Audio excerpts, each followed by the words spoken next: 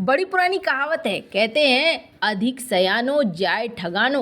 कुछ वैसा ही इस वक्त होता जा रहा है। अब वियतनाम ने भारत के लिए बड़ा खजाना खोला है और वियतनाम के इस खजाने के बाद चाइना के लिए सबसे बड़ी टेंशन खड़ी हो गई है, क्योंकि वियतनाम ने कई सारे निर्णय लिए हैं। आपको बता दें, इन सब के बीच में एलन मस्क को भी लग रहा है कि आखिर उन्होंने देर क्यों कर दी है। जानेंगे वियतनाम ने कौन सा खजाना खोला है और कैसे भारत के लिए ये बहुत ही ज्यादा महत्वपूर्ण और फायदे वाला होने वाला है। स्क्रीन पर एक आर्टिकल देख रहे हैं आप। शी जिनपिंग पहुंचे थे वियतनाम और वियतनाम में इन्होंने कहा था कि देखो, हम दोनों एक दूसरे के पड़ोसी हैं और हम अपने रिश्तों को सबसे अच्छा बनाकर चलेंगे। अपने रिश्ते को कभी भी अमेरिका को बीच में आने नहीं देंगे। लेकिन इसके उलट क्या हो रहा है कि वियतनाम अमेरिका के साथ भी रिश्तों को अच्छा कर रहा है। अब चाहे अमेरिका हो चाहे चाइना हो, इतिहास में इन दोनों देशों के साथ वियतनाम के पंगे हो चुके हैं। और आपको बता दें, बड़ी मज़ेदार बात यह है कि वियतनाम इन दोनों के साथ पंगे में जीत भी हासिल करी है और वियतनाम का महत्व भी ये समझ रहे हैं। क्योंकि दोनों जानते हैं वियतनाम एक तो चाइना का पड़ोसी है और दूसरी बड़ी बात यह है कि वियतनाम में क्षमता है चाइना को हैंडल करने का। तो ऐसे में अमेरिका भी चाहता है कि वियतनाम को साथ लेकर चले। भारत और वियतनाम के बीच में आजकल दोस्ती एक अलग लेवल पर पहुंच रही है और इस दोस्ती के पहुंचने से चाइना को टेंशन ज्यादा हो रही थी, क्योंकि दक्षिण चीन सागर का और खास तौर पर चाइना का एक पड़ोसी बाहर निकलता जा रहा था। भारत और वियतनाम के बीच में कई सारी चीजें एक साथ हो रही हैं। जैसे कि हमने देखा, भारत ने वियतनाम को वॉरशिप भी गिफ्ट में दिया था, INS किरपान, और उसके बाद भारत और वियतनाम के बीच में 11 दिनों का युद्धाभ्यास भी हुआ। ये सारी चीजें जो है दोनों देशों की बढ़ती हुई ताकत को और बढ़ते हुए एक दूसरे के साथ संबंधों को दिखा रहा है। इसी बीच एक बड़ी खबर आती है और बड़ी खबर क्या आती है कि इनकी जो इलेक्ट्रिक व्हीकल की कंपनी है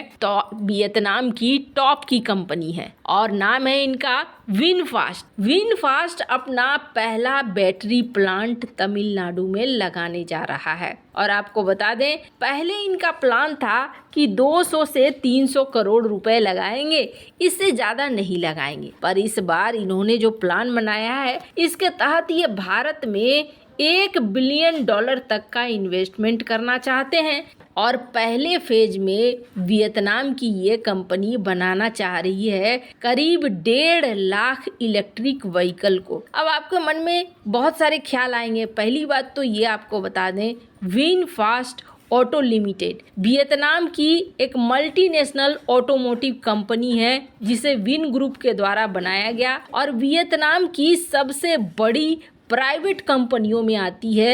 ये कंपनी छोटी मोटी कंपनी नहीं है। दूसरी बड़ी बात आपको बता दें, ये जो देख रहे हैं CNBC की एक रिपोर्ट है। इस CNBC की रिपोर्ट में विनफास्ट दुनिया की तीसरी बड़ी कंपनी है इलेक्ट्रिक व्हीकल के मामले में। जाहिर सी बात है, पहले नंबर पर है टेस्ला, दूसरे नंबर पर है टोयोटा और तीसरे नंबर पे है विनफास्ट और 5वें नंबर पे है BYD। हालांकि BYD क्रॉस करना चाह रही है टेस्ला को, पर इसके रास्ते में अभी बहुत सारे हैं। विनफास्ट दुनिया की तीसरी सबसे बड़ी कंपनी है जो भारत के अंदर टोटल इन्वेस्टमेंट करना चाह रही है 400 करोड़ का।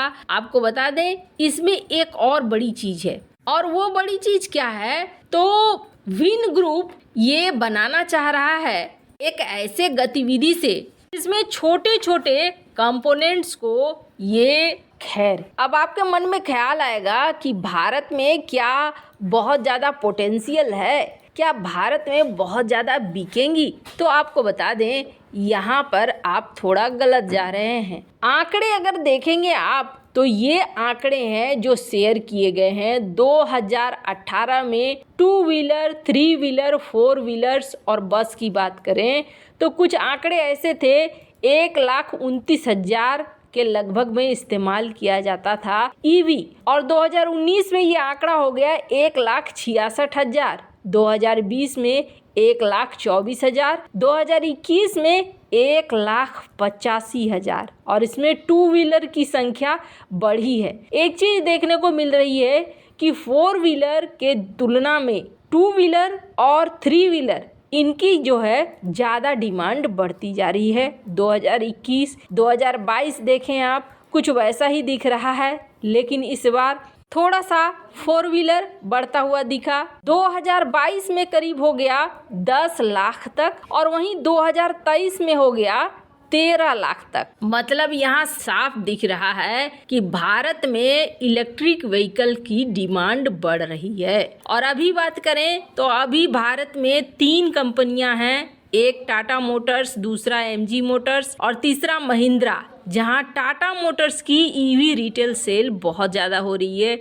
2023 में करीब 55,000 के आसपास इन्होंने बेचा है अपने इलेक्ट्रिक व्हीकल को। तो एक बड़ा ही लंबा चौड़ा मार्केट है। इस मार्केट में वियतनाम की टॉप की कंपनी और दुनिया की तीसरी कंपनी आ रही है, और यहाँ पर जो सिस्टम है कुछ इस तरीके से होगा कि ये कंपोनेंट्स लाएंगे बाहर से या अपने देश से और यहाँ पर असेंबल करेंगे। भारत का जो छूट है वो इन्हें मिलता रहेगा। अब भारत के लिए अच्छी बात क्या है, तो हर कंपोनेंट भारत में अवेलेबल होना थोड़ा मुश्किल है। ऐसे में शुरुआती दौर पर ये ठीक है कि बाहर से ही कंपोनेंट आ रहे हैं, लेकिन भारत में असेंबल हो रहा है, भारत के लोगों को रोजगार मिल रहा है। पर आपको बता दें, अब सिर्फ इतना ही नहीं, वियतनाम के साथ और भी कई सारे कॉन्ट्रैक्ट हो रहे हैं। जैसे कि स्क्रीन पर एक आर्टिकल देखिए, वियतनाम का गोमी मॉल ये भी भारत में अब अपने आप को बढ़ा रहा है और यहाँ अपने ई कॉमर्स बिजनेस को तेजी से लाने की कोशिश कर रहा है। अब होता क्या है ना,